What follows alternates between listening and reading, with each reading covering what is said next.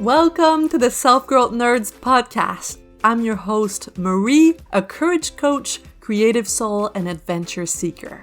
Since through hiking the Pacific Crest Trail in 2019, I'm on a mission to help you embrace your most confident self so you can achieve your dreams too. If you're eager for deep conversations, big questions, and meaningful connections, join me on the quest to discovering how we can create a more magical and memorable life. Hello, nerds! How are you? I'm doing good. Welcome to episode 190. Today we're talking about consistency, which is one of the skills I had to develop in order to get this far with the Self-Growth Nerds podcast. First, I'm going to tell you about my definition of consistency. Then I'll share why I think it's so important and the benefits you can get from being consistent.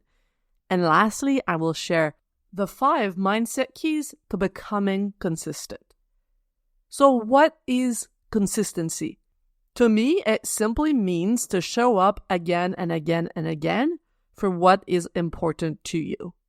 Some of the ways we are consistent are private, like going to a workout class every week or journaling every morning, while some ways to be consistent are public, like sharing a blog post every 2 weeks or going to a comedy club every month. To me, being consistent doesn't mean you give the same level of output every time. It just means you are present. So if I've decided I'm going to go to a spinning class every Thursday, there might be one day where I push really hard, and the next week I'm much more tired. I just show up, I sit in the back, I ride, and I don't listen to what the teacher is telling us to do. I'm still being consistent, even though the output is not the same. For example, if you decide you're going to sit down and write your book every day, one day you might write 2 pages, the next day you might write 2 paragraphs. As long as you show up, you're still being consistent. Now, why do I think it's so important? Well, first things first, I think you become someone you can trust. And this is so valuable. You become someone who can say, I'm going to write a book in the next year, and you know it's going to get done, most likely. I meet way too many people who tell me about the projects that they would like to do, but worry that they're going to give up halfway through. They have become accustomed to disappointing themselves. But it doesn't have to be this way. You can rebuild your self-trust. Another reason why I think developing the skill of consistency is important is simply because you get better results with time. If I had stopped making this podcast after 6 months, I would have helped a lot less people. If you stand the test of time, you get to discover what you're really capable of. In the book The Practice by Seth Godin, which I'm going to quote a lot today because it blew my mind, he talks about how important it is to have a consistent creative practice if you want to find your authentic voice. Your style is not just going to be given to you fully formed. You need to go through a lot of trial and error. Andy J. Pizza, an illustrator, talks about how if you want to figure out how you draw a hand, you've got to draw hands in lots of different ways, and eventually you find the way that works for you. Quantity here is more important than quality. That's why I'm talking about consistency. If you show up consistently, you will start seeing what stands out in your creativity much faster than if you only show up when you feel like it. And personally, another one of the benefits I've found from having a consistent creative practice is the satisfaction of caring about something, of having strong values, of having a platform where I can say, this is what I believe. This is how I want to contribute to making the world a better place. Creating these podcasts every week has helped me develop ownership of my ideas, has helped me get to know myself, has helped me develop courage. Self-expression is liberating because instead of complaining and feeling powerless, you get to contribute in your own way to the cultural shift you want to see in the world. I think, in a way, this is going to sound rough. It's selfish to hold yourself back when there's a chance that you have something important to contribute to the world. Consistency also builds resilience. You show up even when you don't feel like it, and you surprise yourself at how capable you actually are. There are days where the last thing I want to do is record this podcast, and I still sit down and do it, and I'm so proud afterwards. Okay, now is the time to talk about the 5 mindset keys to becoming consistent. The first one is, in my experience, the reason why most people struggle to be consistent. You have to remove the pressure of perfection. You have to lower the bar of your expectations. There's this idea in our society that if you're not sure you can quote-unquote win, you shouldn't even try. And I think that's BS. That's where a lot of procrastination and lack of motivation comes from. You believe that if you're going to start a YouTube channel, every video should be of high quality and high relevance. But I want you to consider the Vlog brothers, John Green and Hank Green. They have been posting a video every week for 15 years. Some of them are mind-blowing. Some of them have changed my life. But some of them are just very forgettable. That's the only way that they could show up and be consistent every week for more than 15 years, is to allow themselves to not be geniuses every single time. You just show up, make the video, control what you can control, hope the magic is going to be present, and if it's not, you've got to let go. In the book The Practice, Seth Godin writes, learning almost always involves incompetence. Shortly before we get to the next level, we realize that we're not there yet, and we feel insufficient. The commitment then is to sign up for days, weeks, or years of serial incompetence and occasional frustration. To seek out desirable difficulty on our way to a place where our flow is actually productive in service of the change we seek to make. End quote. Part of lowering the bar of your expectations is that you have to stop telling yourself you don't know what to say. You've got to decide to become someone who can figure it out. Someone who can sit down in front of a piece of paper or in front of a screen and rack your brain until you find something that could be interesting. Pay attention to the nudges you get throughout the week. Take notes on what you find interesting. Questions you can ask yourself are, what feels alive in me right now? What's something interesting I've seen or heard recently? And what's the meaning in there? What do my people need? What do I feel like sharing? Not what should I share, but what do I feel like sharing in my guts? Seth Godin asks the question, what's the smallest unit of available genius right now? I love this question. All of these actually stem from a belief you're going to need to cultivate, which is, what I have to say deserves to be heard. I matter. And this might be hard because you might have been told otherwise growing up. You might have been told to keep quiet. You might have been rewarded for not having your own opinions. And that's something you can slowly but surely reprogram. You can learn to feel safe taking up space.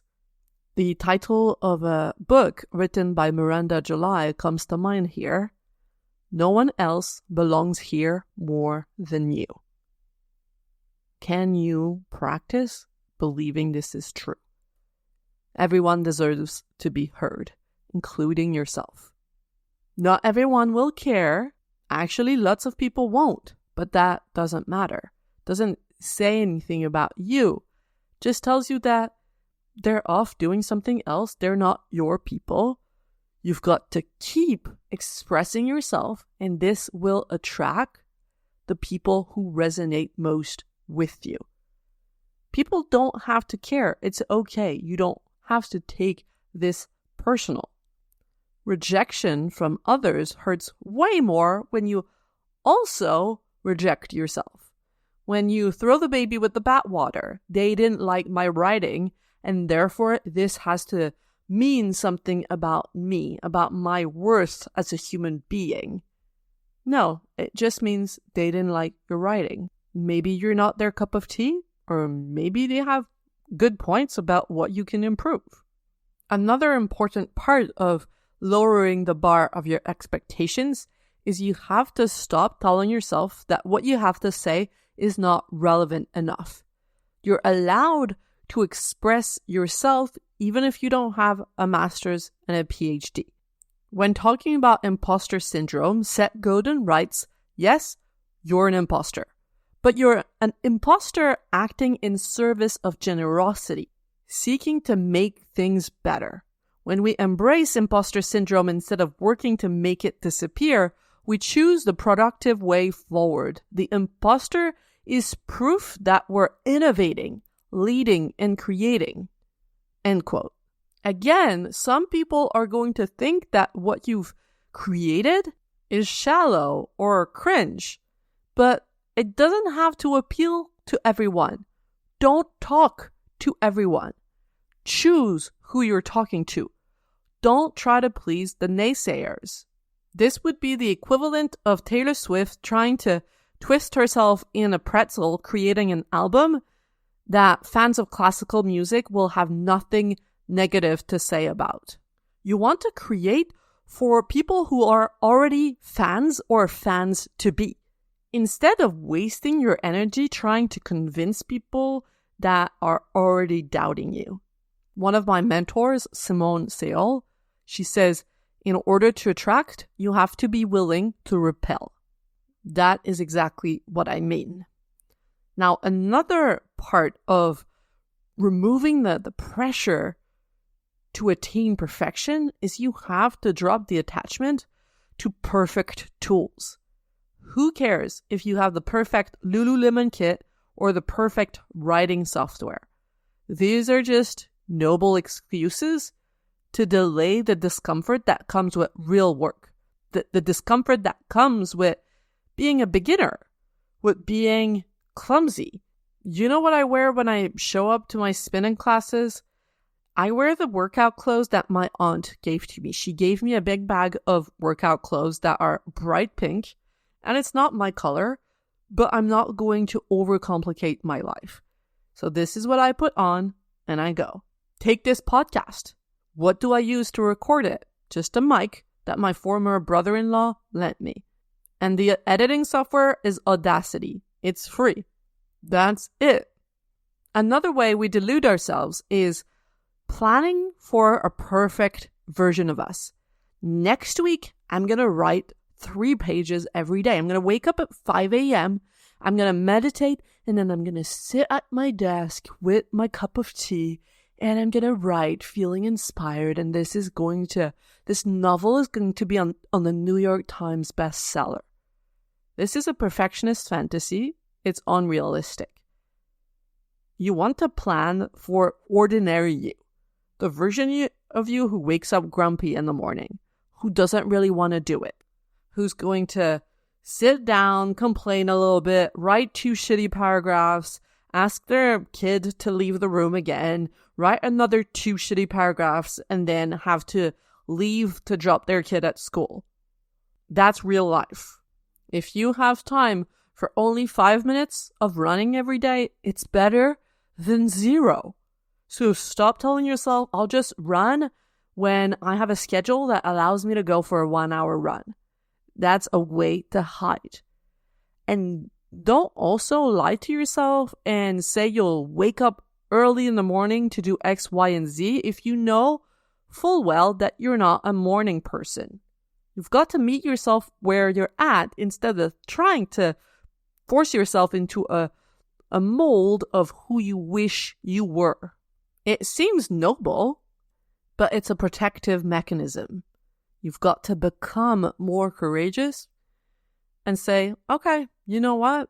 This is what we've got. Let's see how we can squeeze those lemons.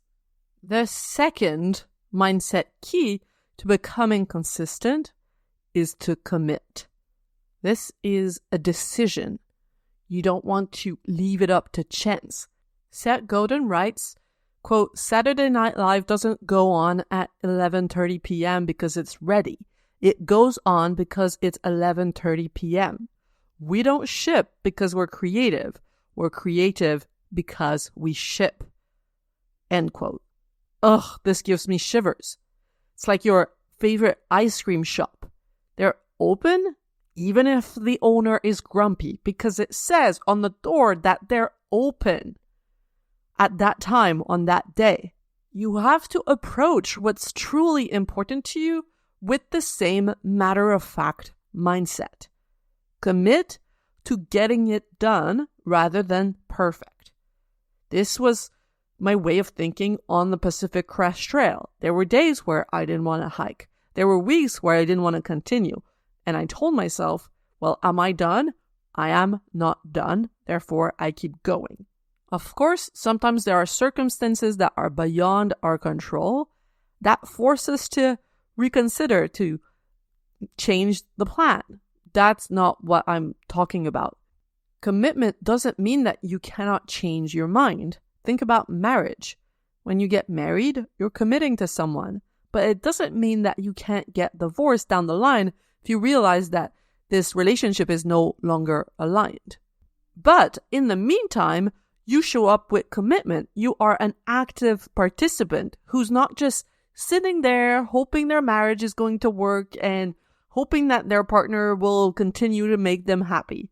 No. If you want to be consistent, you have to commit to a process. And so your process has to be clear, just like Saturday Night Live knows that they go on at 11:30. You have to know if you're going to have a YouTube channel, what the parameters are. Are you going to post a video every week, or are you going to post a video every month? Is that video going to be 2 minutes, or is it going to be 20 minutes? Numbers here are very helpful in making your commitment clear. I knew when I started through hiking the Pacific Crest Trail that I was committing to 2,653 miles. You wouldn't marry someone not knowing what their bank account looks like. If you have $200,000 in debt, I want to know. Doesn't necessarily mean my commitment will change, but I need to have the information. And if you don't feel ready to commit yet, make your commitment smaller. When I committed to this podcast, I committed to 10 episodes. Same thing, when I started my YouTube channel, I committed to 10 videos. And after those 10 videos, I was like, I'm done. Just like dating. You won't make like a commitment like a marriage when you've just met someone. You've got to work your way there. If committing to one blog post every week seems overwhelming and not realistic for this season of your life, it's better to commit to one blog post a month, for example, than telling yourself, oh, we'll just see how it goes. If there's no commitment, it's not going to get done, and we might as well own this. You might as well say, this is not the time for me right now to write a blog. That's okay. Own it instead of lying to yourself and hoping. Okay? This is not good for your relationship with yourself. Actually, this leads me to mindset key number 3, which is don't expect to be consistent in every single aspect of your life. You've got to choose your priorities wisely. You've got to Be clear about why each choice is important and accept the grief that comes with loss. If you're a multi-passionate person like me, I know it can be hard to say, I'm not going to work on this project just yet. I just don't have the time and the energetic capacity right now. So that's going to be for next year. I know it takes courage, but it is essential to your well-being. For example, it's important for me to be present for my friends in a consistent way, and that is why a few years ago, I decided to choose the 3 friends that are most important to me, that I want to prioritize. This doesn't mean I don't love the others. It just means I want to make sure I love these 3 friends well. And it's still hard sometimes. Sometimes I feel like there would only be space for 1 friend, but I give myself grace. I lower my expectations, the expectations I put on myself on how to show up. And by the way, it doesn't mean I don't see my other friends. It's just as a bonus. When I have limited time and energy, it's just been helpful to know who comes first. Another part of choosing what you want to be consistent in is choosing what lights you up rather than what makes sense. So, for example, don't write a blog about finance because you think that'll be more popular if you are really passionate about dogs and that's what you truly deep down in your heart want to write about, because you won't want to do it. You'll have to force yourself to do it because it's a should. You're telling yourself, I should do X, Y, and Z instead of I really want to. I'm not going to sign up to a gym because that would be a should. I should go to the gym instead of to my spinning classes because it's closer to my place and it's cheaper. These are all true, but it feels heavy. If it feels heavy, you're never going to be consistent. Oh, I should read more. I should read more. But if you get books that you think you should read instead of books that you deeply want to read, then consistency is going to feel like you're trudging through mud. Don't choose with your ego, choose with your heart. If there's lightheartedness and if there's real interest, it's going to be easier to show up. This just makes me think about Martha Beck. I love her. I talk about her all the time. She has ADHD, and she talks about how ADHD is supposedly a disorder, but she's like, okay, so basically ADHD is just that I'm only interested in doing what I find interesting. Isn't that how everyone should be? Basically, when you have ADHD, it's just harder for yourself to mold yourself and fit into the system of doing what you're supposed to do. Don't try to force yourself to be consistent in something that's going to make you look good or that's going to... This is not coming from the right place. So it's probably going to fall flat or you're going to have to white knuckle your way through it, which to me is not a way to live. All right. Mindset key number 4 to becoming consistent is you want to make it a part of your identity and find pride in that. I get to say that I am someone who posts a podcast every week. I'm someone who has posted a podcast every week for 3 years almost. I'm also someone who always figures out what to talk about. You get to start telling yourself those sentences right away. I'm someone who sits down every day and writes their book. Even if it's your first day, you're allowed to say this. You say it every time you do it, and slowly but surely, it just becomes ingrained. It becomes your new normal. And if it feels off to tell yourself this, instead you can say, I am learning to become someone who paints every day. Or, I am becoming someone who paints every day. I am becoming a runner. I am becoming someone who eats healthy. You get to walk away from your old identity as a self-doubter or as someone who quits on themselves or as a pessimist or a cynic and choose a new one. Like today. Pick one thing at a time and start telling yourself that when you go on a walk, when you're driving, when you're journaling. I remember telling myself, I am someone who makes 100K. I am someone who makes 100K. Just in my head, because I wanted to embody this.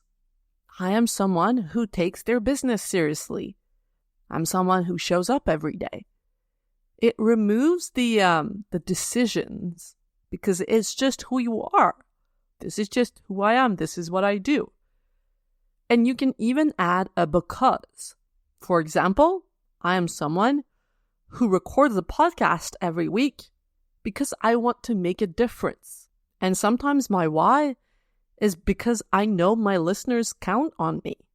Another example, I am someone who goes to spin classes every week because I want to feel good and I want to feel strong. This all strengthens your sense of self, just like we've seen in Inside Out 2 at Riley. And having a strong sense of self is going to help you feel grounded, connected to your core.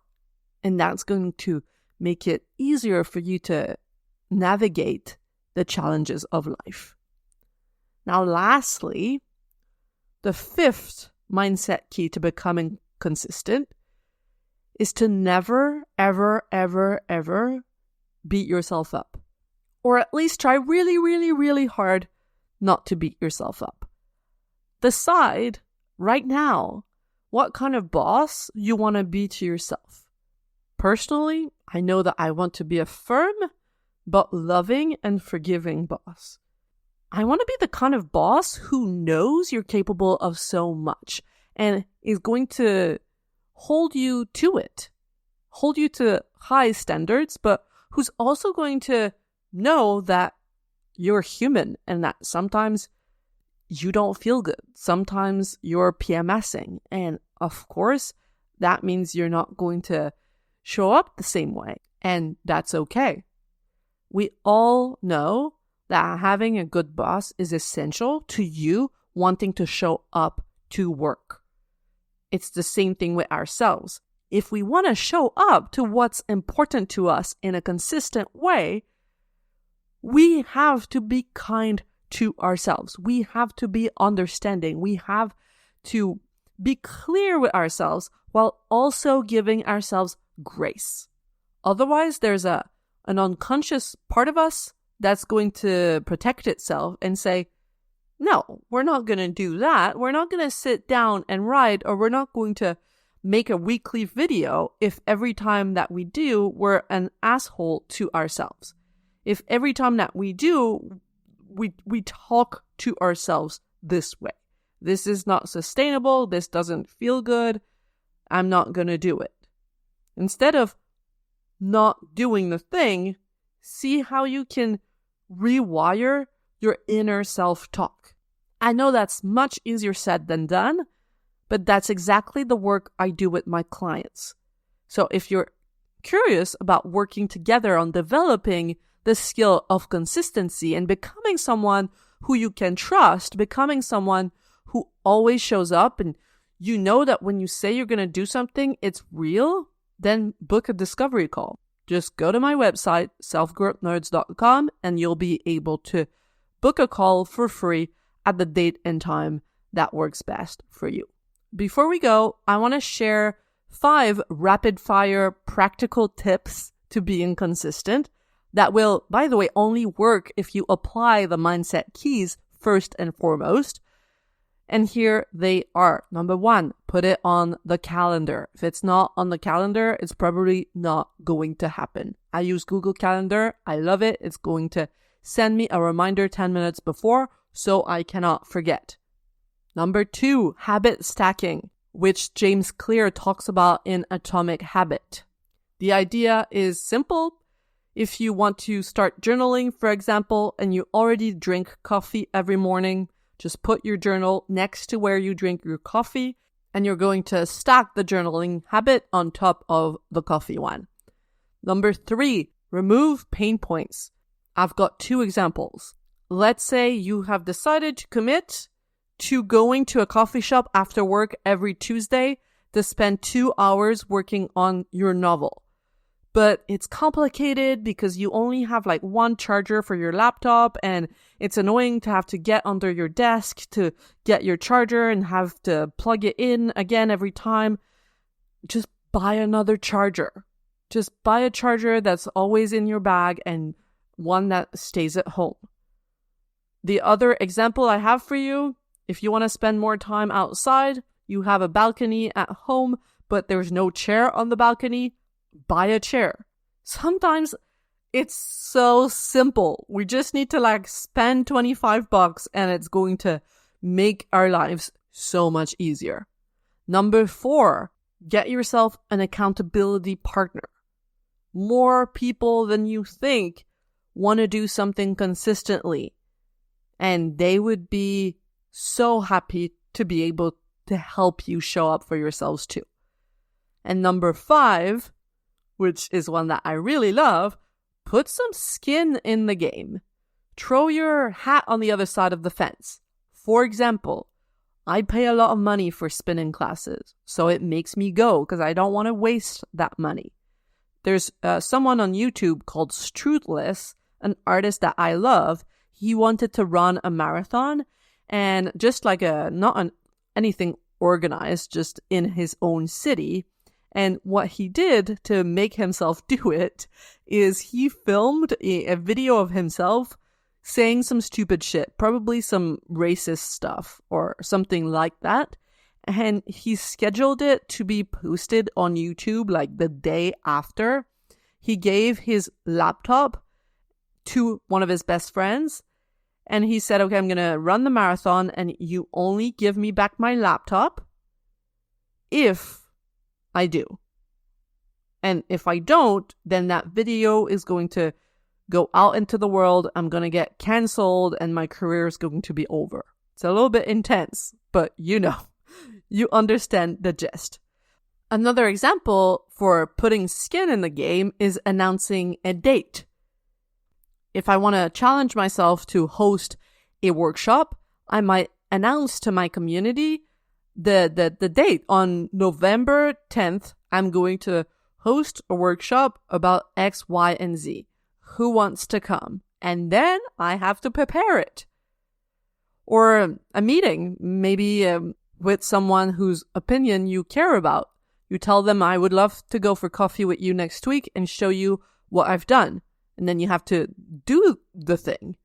Hiring a coach is another way to throw your hat on the other side of the fence. It's okay, well, I've given them my money and now I have to climb and get to the other side, which is good because that's what I want, but that's what I've been procrastinating on because I'm afraid. But now I have an actual financial incentive to get over myself and go all in after my dreams. Okay, that's it for this week. Quick summary of the 5 mindset keys to becoming consistent. 1, remove the pressure of perfection. Lower the bar of your expectations. Number 2, commit. Make a decision and be clear what you're committing to by adding a number. Number 3, don't expect to be consistent in everything. Choose wisely. Number 4, make it a part of your identity and find pride in that. And number 5, don't ever beat yourself up. All right, my friends, I'm sending you lots of love. I hope this was helpful. Please share with your friends who also struggle to be consistent, and I will talk to you next week. Bye. If you love what you're hearing on the Self-Growth Nerds podcast and you want individual help finding a new direction for your life and developing the courage to make your dreams a reality, you have to check out how we can work together on Self-Growth Nerds selfgrowthnerds.com or message me on Instagram at selfgrowthnerds. My clients say they would have needed that support years ago. So if you're tired of feeling like you're wasting your life, don't wait. Get in touch now, and I cannot wait to meet you.